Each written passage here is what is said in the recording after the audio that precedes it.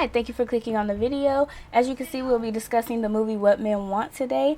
If you enjoy, go ahead and hit that like button. Also subscribe if you haven't already, and hit the notifications button so you know exactly when new videos is up and ready for viewing.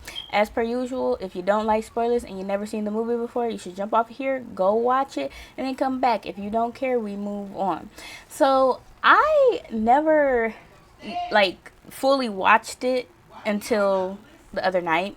I used to always just see clips of the movie, and then, a few nights ago, my sister, she was watching the film, and I caught the end of it, and I was like, okay, this is kind of interesting. Upon watching it from the beginning to the end myself, I don't know how any of those actors got through filming that movie because there was just so many good, hilarious moments in there where I was like, how did they get through this scene? Especially between Taraji and the guy who played Will. His name is something, Aldous Holt. I'm not even going to pretend to know his name. It started with an A.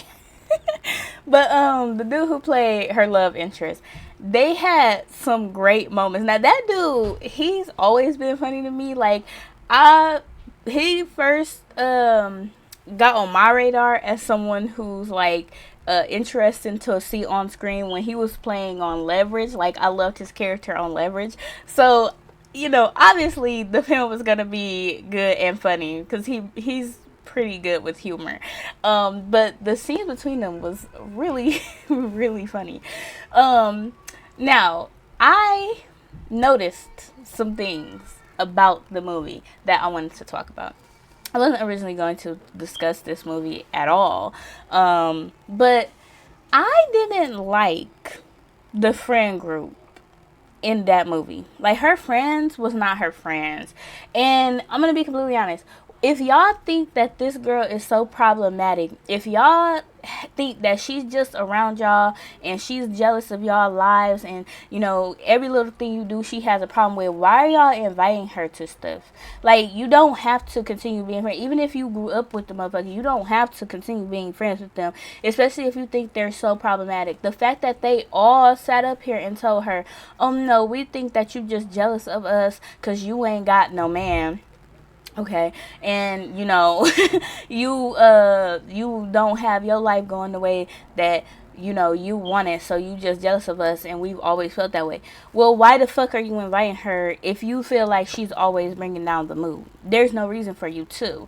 But that's the thing, that's that fake ass shit. Like, because if I don't think that you really rock with me, I'm not gonna be around you. I'm not gonna invite you to shit. So the fact that they was going out of their way to continue to invite her to shit, but y'all have this secret anger towards her, secret resentment towards her, because y'all feel like she has a problem with y'all, which is crazy, because when you really look at it, she didn't have a jealousy problem towards them. She probably, she was looking and like longing for her own relationship where she felt that connection and stuff.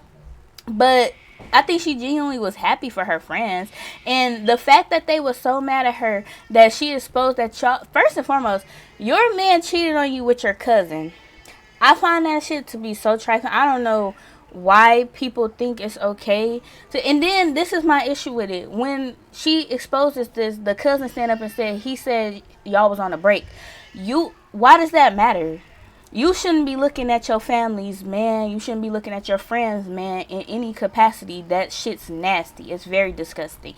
But I digress. You sat up here and that gets called out, and then also the other friends, your whole husband was fucking on a whole other man. So, but y'all want to be mad at her. Y'all want to be mad at Ali because she told y'all what was going on. And if she didn't care, why would she say it in the first place? Because if she didn't care about y'all, she would have just let you marry that trifling ass nigga. She would have just let your husband continue cheating on you with a man. But then y'all want to proceed to be mad at her. fuck y'all. Like, I would have threw the whole friend group away. I don't need y'all. Like, and the assistant dude was a better friend than all three of them bitches combined. That white girl pissed me off. Like, she was so annoying because she sat up here talking about religious this, religion that, God this, God that, and she's not even actually religious. Like, you know, it's used for humor purposes, but is motherfuckers like that for real, and they get on my nerves because they constantly telling you what's wrong and what's right, and then they're going off doing bullshit. You know what I mean? Like, she was so hypocritical, just sat there, and then she talked about, oh yeah, well, my marriage, you know, is still intact because my husband wasn't there. I'm sure your marriage wasn't gonna be intact if your husband was there. And like, she just like, I'm happy with this, I'm gonna move forward. You know, ridiculous, just ridiculous. Right. I also want to point out, so she gets this gift after seeing a fake ass, like the woman, she ain't really had no gifts. What was her name, sister or something like that? She wasn't really about that shit, you know. But I think the reason why it worked, okay, so she gave her the tea, and so Ali was like indulged in it, and she had so much going on in her mind, and she felt like everything was kind of falling apart. So I think what happened is, even though the woman was on bullshit, because of everything that, you know, was going on, and Ali allowed herself to be open-minded within this experience, that's why it worked. Like, she opened herself to a spiritual experience, and so that's what she got, right? And that's why you know, it took her getting hit upside the head for it to kick in. But, you know, she, in that moment, allowed herself to really engulf herself and open herself up to, you know, the spiritual side of things. And then she ends up getting the gift. So even though that fucking psychic wasn't really, she literally says to her, oh yeah, I drank the rest of that tea and I didn't have no experience like that, because she didn't fully believe what she was experiencing either. Ali wanted to understand what was going on around her and what was going on in her life and what was going on with the men around her in her life. And so it allowed her to really have an experience that would be life changing for her in, you know, the best and worst possible ways, right? Because things had to fall apart to get rebuilt better, right? And this is my thing.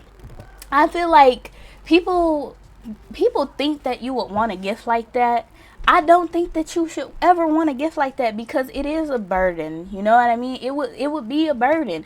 And also, like, I don't want to know what other people are thinking, okay? I know how my brain works, right? Like, my brain works, it's always running. There's so many thoughts going on all the time at 100 miles per hour. Like, they don't stop. So, imagine you got that gift. You already think a lot.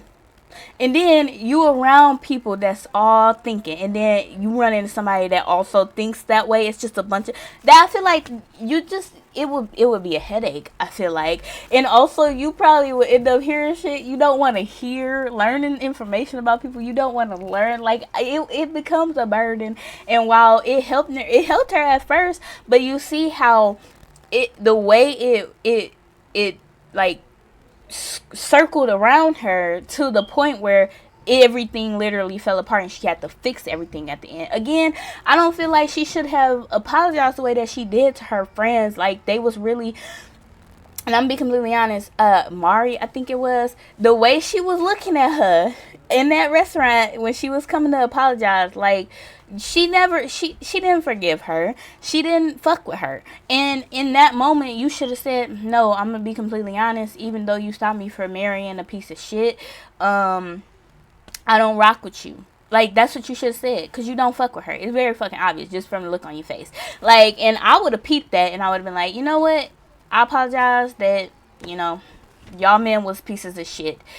Bye. Like, and who ended up with a man at the end of the day? Is y'all gonna be jealous of her now? Is y'all gonna claim jealousy? Oh, right.